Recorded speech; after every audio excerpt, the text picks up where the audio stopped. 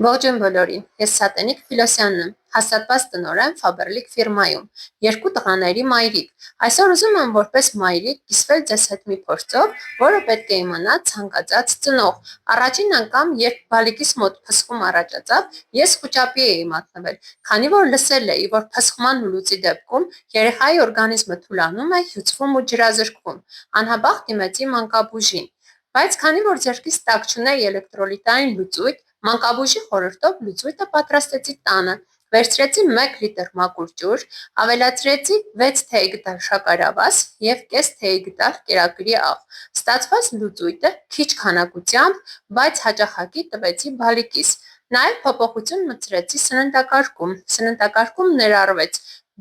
խաշած բրինձ, բանանի խյուզ և կարտոֆիլ։ Կարճ ժամանակում երեխայիս մոտ նկատեցի դրական դինամիկա, բայց եթե ձեր երեխայի մոտ շարունակվում է գանգատները, անհապաղ պետք է տեղափոխեք հիվանդանոց։